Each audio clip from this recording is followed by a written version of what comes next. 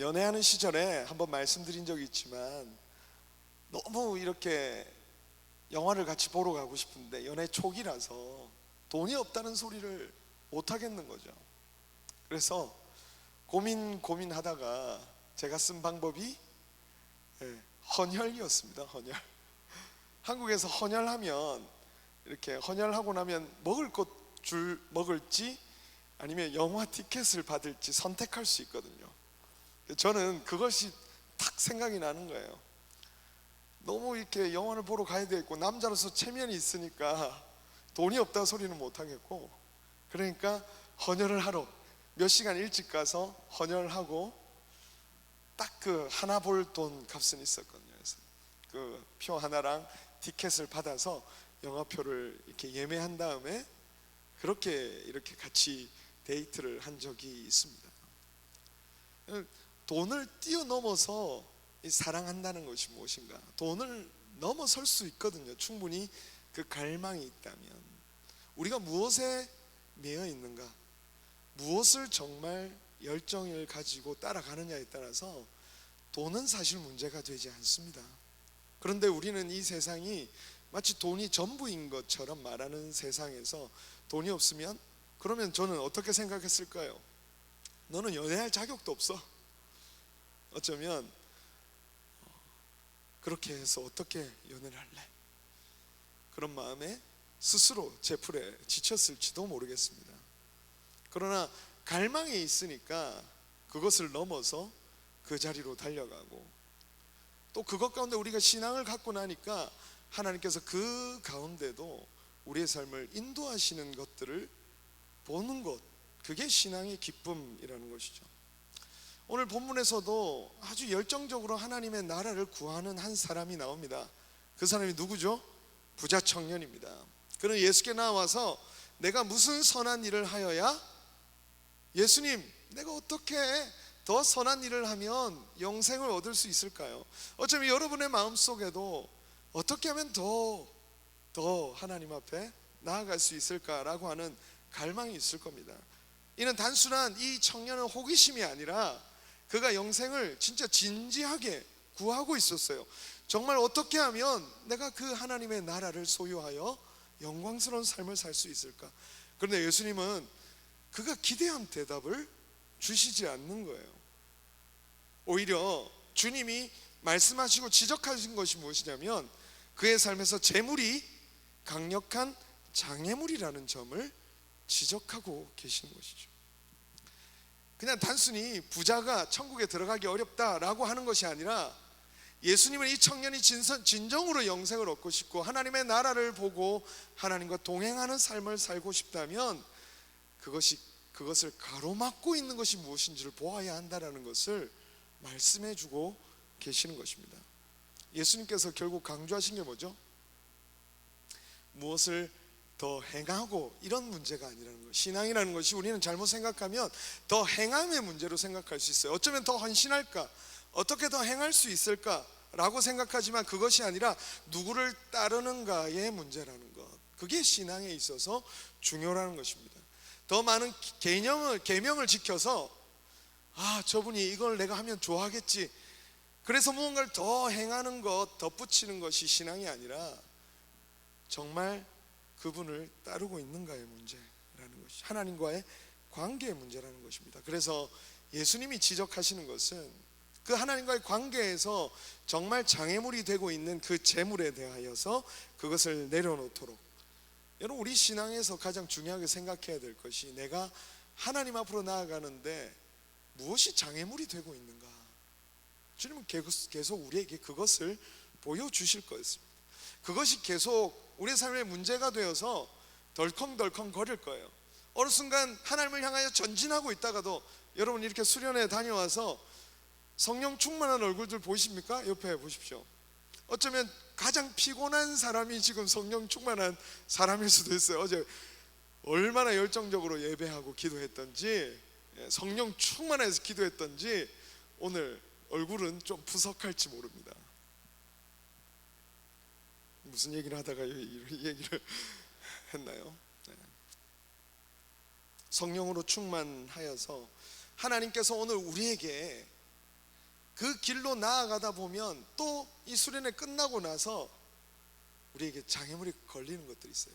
그때 낙심하지 마십시오. 오히려 지금 내가 하나님 앞에 더 나아가기 위해 하나님 앞에 나아가는 길에 내 장애물이 뭔지를 더 분명하게 볼 수 있는 때가 바로 지금이라는 사실입니다.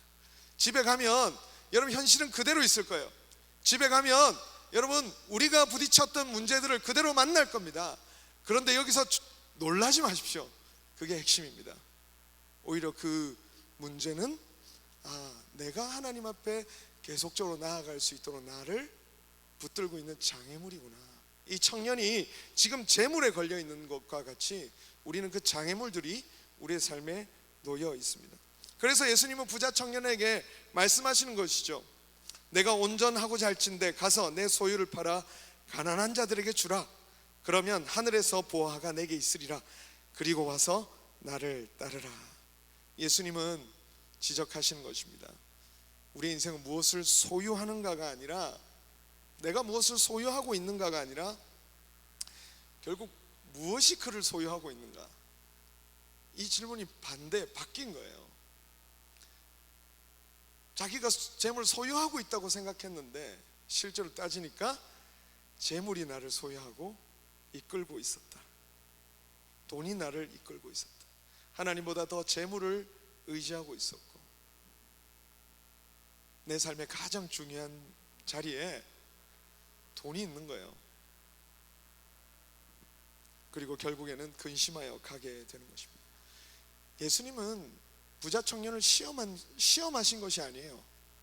시험에 걸려 넘어뜨리려고 하신 것이 아니라 오히려 진짜 자유를 주고 싶었던 거예요. 진짜 자유. 우리가 걸려서 계속 실패하는 그것으로부터 자유하기를 원하십니다. 저도 청년 때 지금도 생각하며 후회되는 사건이 있어요. 제가 첫 직장을, 저는 바로 신학대학원을 가지 않고 직장 생활을 했습니다. 제일 후회되는 순간, 제가 첫 직장을 중소기업에 들어갔어요. 그때도 제 마인드는 항상 그래요. 저는 사역 시작할 때도 나를 오라 하는 곳, 제일 처음 오라 하는 곳에 가서 나는 충성한다. 이게 제 마음이었거든요. 처음에 회사 갈 때도 제일 처음 나를 부르는 곳으로 간다. 근데 중소기업에 연봉이 그렇게 높지 않은 곳이었습니다. 근데 가서 그래, 열정적으로 해야지. 나를 불러준 곳이라면 열정적으로 해야지. 막 열심히 했어요. 근데 며칠 후에 제 아는 교회의 어떤 집사님께서 제안을 하시는 거예요. 우연히 대화를 하다가 제 전공이 이제 인터내셔널 트레이딩인 것을 아시고 우리 회사에 한번 들어오지 않겠나? 그러면서 면접 기회와 인터뷰 기회를 주시겠다고 하시는 거예요. 거기는 대기업이었고 연봉도 그거보다 높았습니다. 그럼 제가 어떻게 했을까요? 갔습니다. 저는 그때 25살에 예수 믿고 정말 뜨겁게 하나님 앞에 신앙생활하면서 하나님이 내 인생의 전부입니다라고 고백하며 살 때예요. 그리고 저는 진정 그것이 내 삶에 진짜 고백인 줄 알았어요. 그런데 내가 직장을 선택하는 문제 앞에 딱 서니까 와, 속물이네요. 제가 그 선택을 하고 그 대기업의 면접을 그날 출근을 이제 못하겠다라고 했거든요. 그 전날에 출근을 못하겠습니다 하고 그 다음 날에 면접을 보러 갔다가 돌아오는 길에 얼마나 내 마음이 무너지든지 내가 진짜 사랑하는 것이 무엇이었는지를 그때 알게 되더라고요. 돈은 그렇습니다. 우리로 하여금 어떤 한 방향을 따라가게 만듭니다.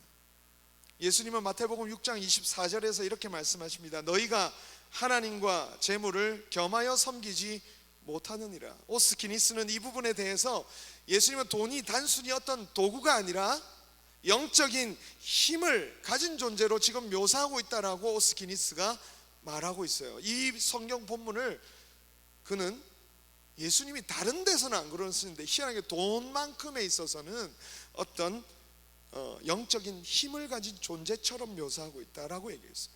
리차드 포스터 또한 예수님은 만몬에게 인격적 힘이 있는 존재라고 의미를 부여하셨다라고 얘기합니다.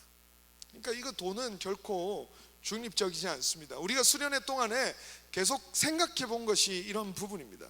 돈은 단순한 물질이 아니라 우리의 마음과 삶의 방향을 결정할 수 있는 여러분 힘이 있어요.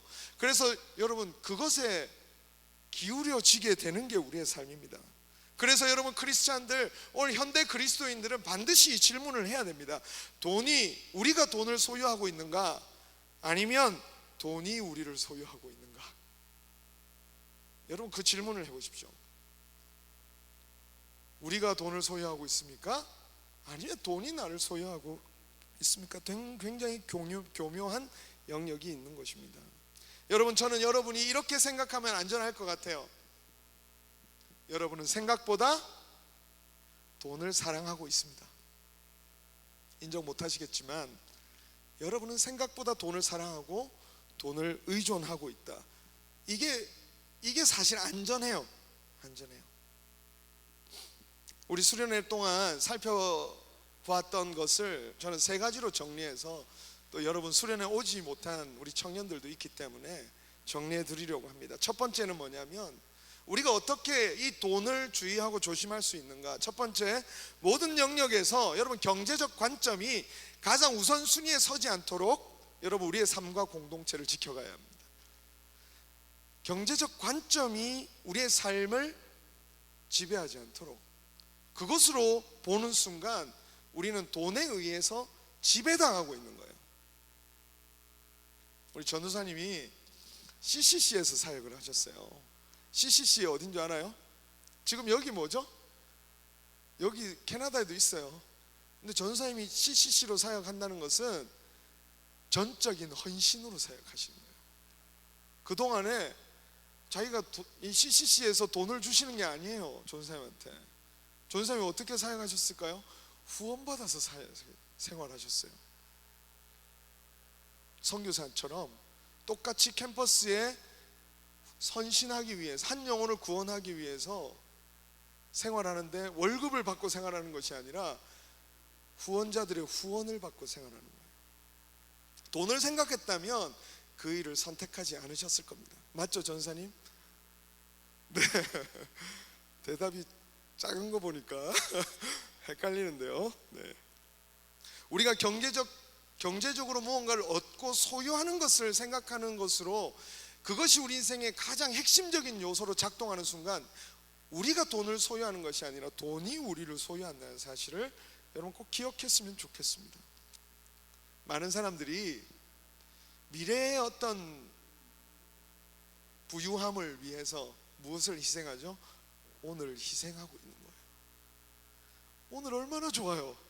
이 오늘이 얼마나 아름답습니까? 근데 미래에 우리가 살아갈 현실이 너무 암울하고 어둡다고 생각이 드니까 대비하고 준비해야 된다고 생각하니까 이 오늘을 제대로 누리지 못하는 거예요.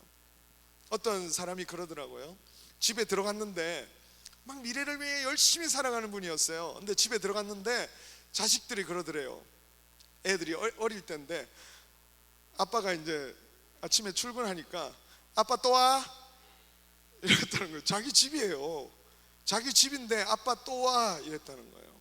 그때 그 말에 충격을 받고 내가 지금 무엇을 위해 이 시간을 살아가고 있는가?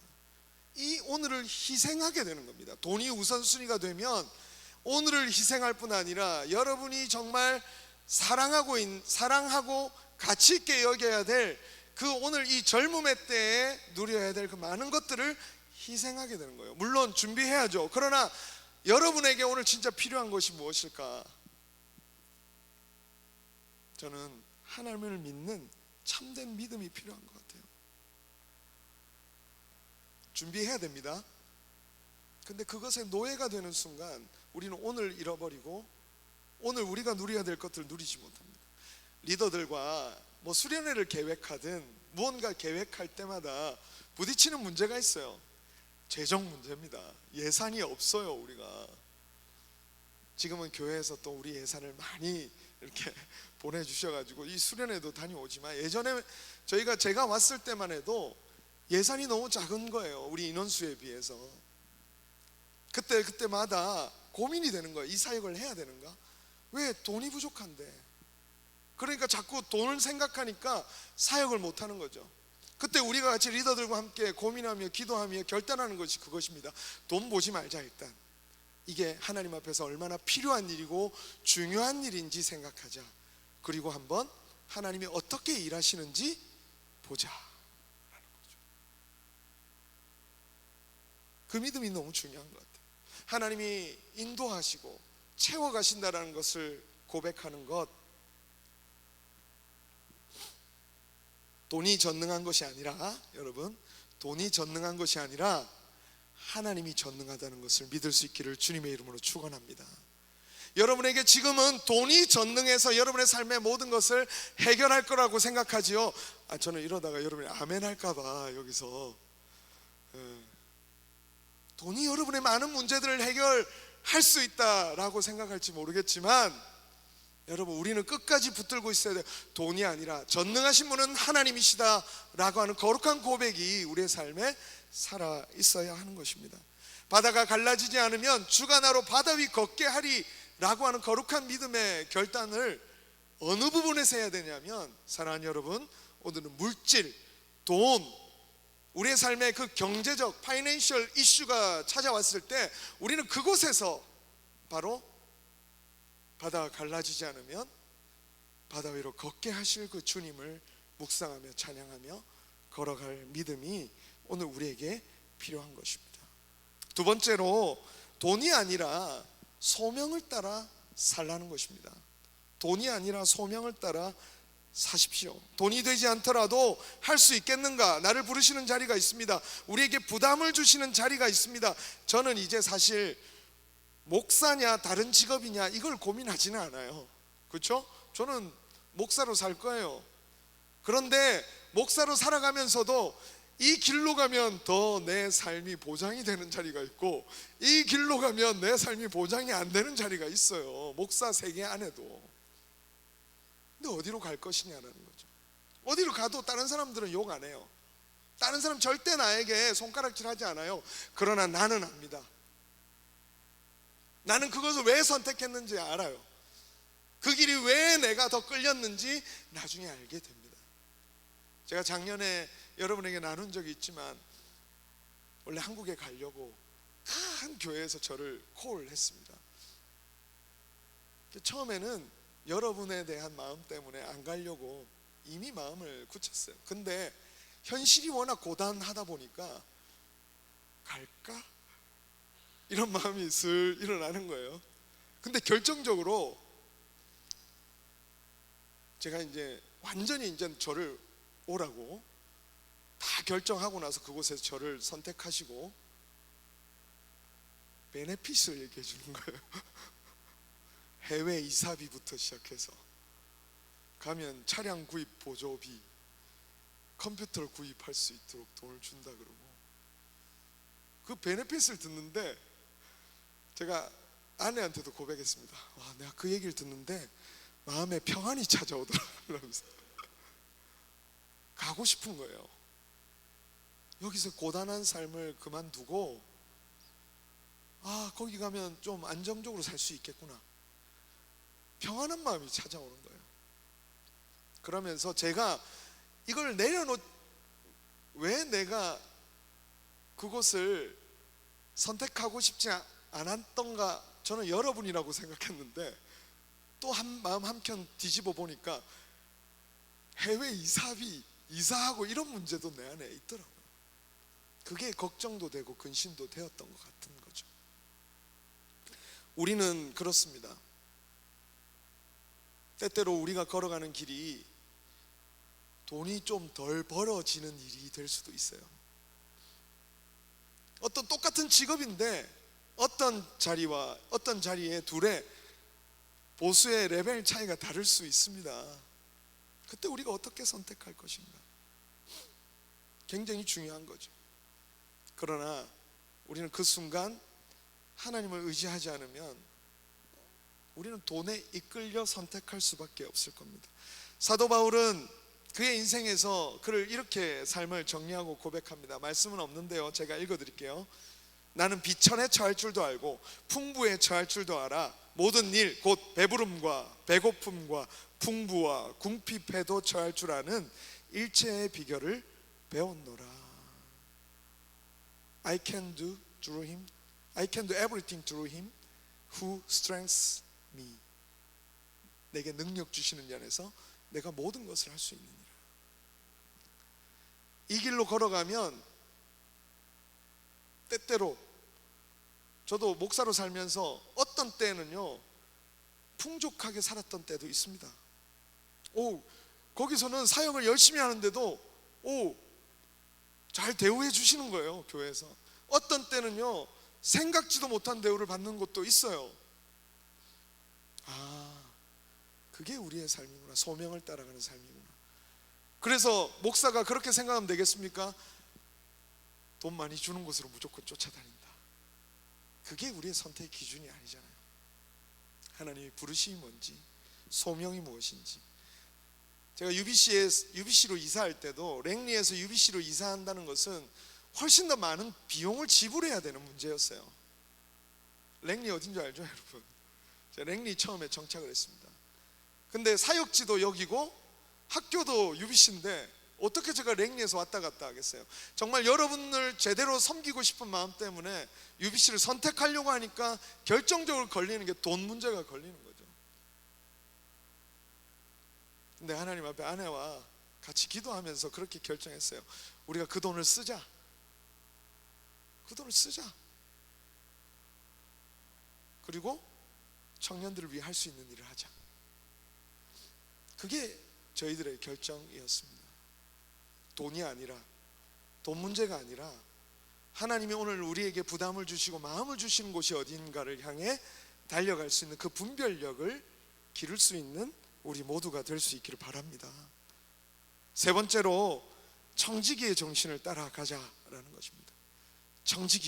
청지기가 뭘까요, 여러분? 맡았다라는 거예요. 내가 이걸 하나님께서 나에게 맡겨주셨다는 겁니다. 자, 여러분의 월급은 여러분 겁니까? 하나님의 것입니까? 잘 못 들었습니다. 뭐라고요?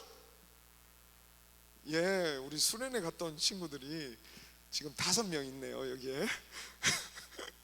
5명이 앉아서 이렇게 하나님의 것이라고 얘기했습니다. 여러분 10분의 1을 드렸던 과거의 성경의 그 이야기들을 찾아보면 그 10분의 1은 여러분 10분의 1은 내가 하나님 앞에 드리겠습니다. 이거 하나님의 것입니다.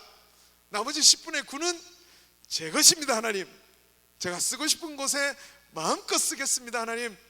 이게 아니에요. 10분의 1을 드리겠다는 것은 나머지 전부가 하나님의 것입니다. 하나님이 기뻐하시고 원하시는 곳에 사용하겠습니다 라고 하는 믿음의 고백이 바로 10분의 1을 떼서 드리는 그 고백이었다는 거죠.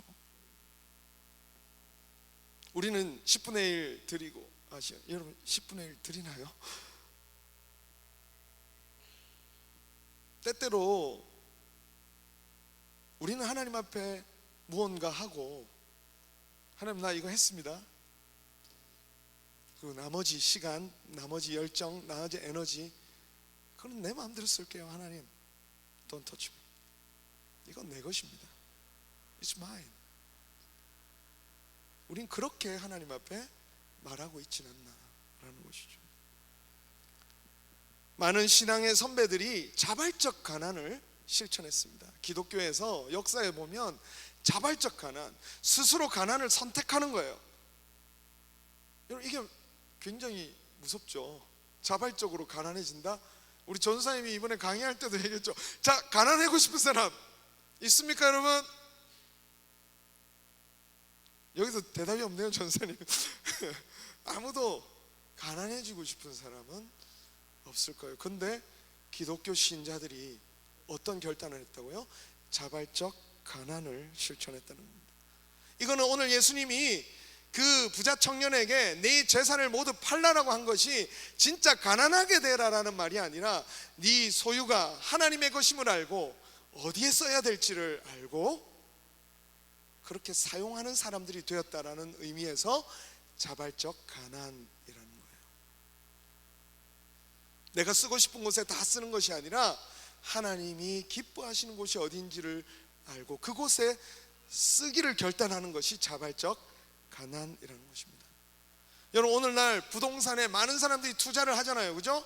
부동산 사면 부동산 불패, 절대 패배하지 않는다, 이런, 한국에는 아직도 그게 살아있어요. 부동산에 투자하면 절대 실패하지 않습니다. 여러분, 그 움직이지 않는 영원한 자산에 투자하십시오. 그러면 여러분은 돈을 많이 벌게 될 것입니다. 이게 오늘날 이 세상 많은 사람들이 살아가는 삶의 방식입니다. 영끌해서 했죠. 근데 여러분, 그렇게 살다 보니까 어떤 일이 생겨요? 부동산을 다 투자를 하다 보니까 어떤 일이 생깁니까? 수요가 몰리면 어떻게 돼요? 가격이 올라가죠. 그러면 이제 미래 세대들이 더 비싼 가격을 주고 그 부동산을 사야 되는 거예요. 저는 그걸 보면서 이거는 죄구나라고 생각했습니다. 아, 이거는 죄구나. 아, 이거는 단순히 돈을 버는 일이 아니라, 아, 어느 순간 이것을 넘어서서 죄가 되었구나. 미래 세대들의 삶을 미리 땡겨서 앞에 세대들이 살고 있는 거예요. 지금 캐나다도 마찬가지고, 젊은 사람들이 집을 구할 수가 없어가지고 집을 하나 살려고 하면 평생을 일해서 집을 하나 겨우 살 수 있을까 말까 하는 현실이 되어버렸다는 것은, 지금 수많은 사람들이 번 그 돈에 의해 미래 세대는 사로잡혀 있는 거예요. 우리가 때때로 돈을 사용하는 일이, 우리가 더 많은 돈을 얻고자 하는 일이, 여러분, 이런 결과를 만들어낼 수도 있다는 것을 생각할 수 있어야 돼요. 그게 성도입니다. 그게 하나님 나라의 백성입니다. 내가 내 마음대로 내 필요를 사용하는 것이 아니라, 내 필요를 사용할 수 있지만 이 일이 누군가에게는 고통스러운 결과를 가져다 줄 수 있다고 생각하면 그 일을 스스로 포기하는 것, 자발적으로 포기하는 것, 그게 자발적 가난의 개념이고, 그것을 더 익스텐드해서 우리는 이해할 수 있는 거예요. 내가 얼마든지 나의 시간을 쓸 수 있습니다. 나의 에너지를 쓸 수 있습니다. 나의 가진 것들을 쓸 수 있습니다. 그러나 그 일이 누군가를 힘들게 만들고 또다시 이 세상을 아프게 만드는 일이라면, 우리는 그 속에서 내가 가진 권리라 할지라도 포기할 수 있는 것, 분명히 내가 벌어서 내 마음대로 쓸 수 있지만 그것을 하지 않겠다라고 결단하는 그 거룩한 결단이 뭐라고 얘기한다고요? 믿음이라고 얘기하는 거죠. 성경은 바로 그것이 믿음이라는 것입니다. 이번에 선교사님이 아니고 강사님께서 오셨는데, 강사님께서 친구들 얘기를 해주셨어요. 강사님이 이렇게 비행기를, 저희가 사실은 강사님을 모실 때 캘거리에서 오셨어요, 이번에. 근데 캘거리 오시는 강사님께 제가 뭐라고 메일을 드렸는지 아세요? 강사님, 저는 강사님께 비행기 표값을 드릴 수 없습니다. 그런데 오시겠습니까? 처음에는 강사님을 멀리 있어 섭외 안 하려고 했습니다. 그런데 자꾸 생각이 나서 메일을 드립니다. 강사님, 혹시 와실 수 있겠습니까? 이분이 난감하게도 오신다는 거예요. 그래서 오셨다 가셨어요. 지금 아직 계시네요. 지금 저녁 비행기로 이제 가실 거예요. 근데 또 그분이 또 하나의 스토리를 들려주셨어요. 뭐냐면, 친구분이 변호사시라는 거죠. 그 친구가 늘 본인에게 했던 말이 그거예요. 나는 너의 발이 되어 줄게 라고 얘기했다는 겁니다. 그래서 이번에도 이 친구가 나의 발이 되어 달라고 이 이야기를 얘기했고, 그것을 가지고 그 강사님은 우리를 위해서 자발적으로 자신의 시간과 여건을 내어놓으셨고, 그 친구도 자기가 가진 재물과 자기가 가진 것들을 그 친구를 위해 나눠주고, 또 하나 더, 지금 롱위켄이잖아요. 발렌타인이었다 그러죠? 제가 몰라서 굉장히 지금 궁지에 몰려 있었는데 네. 내일도 쉬는 날이잖아요. 그래서 지금 가족들과 보낼 수 있는 시간을 포기하고 지금 오셨던 거예요. 그래서 급히 오늘 가시는 거예요. 원래 내일 가시려고 하다가 내일만큼은 가족들과 함께 보내시기 위해서 급하게 오늘 사역을 마치시고 바로 돌아가는 거죠. 사랑하는 여러분, 우리는 얼마든지 우리가 가진 것들을 우리 마음대로 사용할 수 있습니다. 그런데 우리가 가진 것들을 두렵고 떨림으로 사용할 줄 아는 믿음, 그 믿음이 오늘 이 현대사회에 너무 필요한 거예요. 우리가 가진 것들로 우리는 너무나도 무분별하게 사용하고 있습니다. 자연이 훼손되기까지 우리는 무절제하게 소비하고 있습니다. 자연이 훼손되고 이 환경이 망가지는 것을 우리는 큰일 났다, 큰일 났다 그렇게 외치기만 하면서 우리는 계속 끊임없이 우리의 옷을 또 삽니다. 우리의 필요한 것을 또 갖다 보충합니다.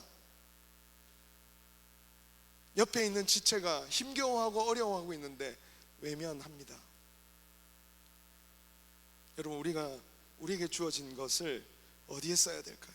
청지기는 하나님이 기뻐하시는 곳이 어디인지를 생각하고 그곳에 사용하는 자들이라는 것입니다. 부디 여러분, 무엇에 여러분 매여서 살아가고 있는지를 분별할 수 있는 능력이 있기를 바랍니다. 그걸 주시길 바라요.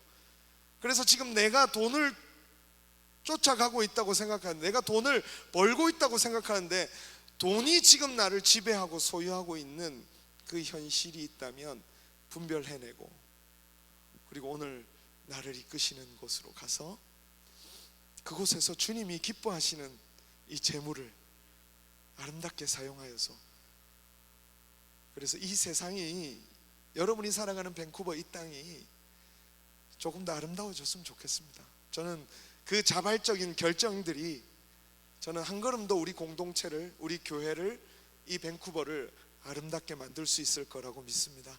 여러분이 그런 믿음의 사람들로 또 하나님 앞에 견고히 서 나가시기를 주님의 이름으로 축원합니다. 이 시간 같이 찬양하며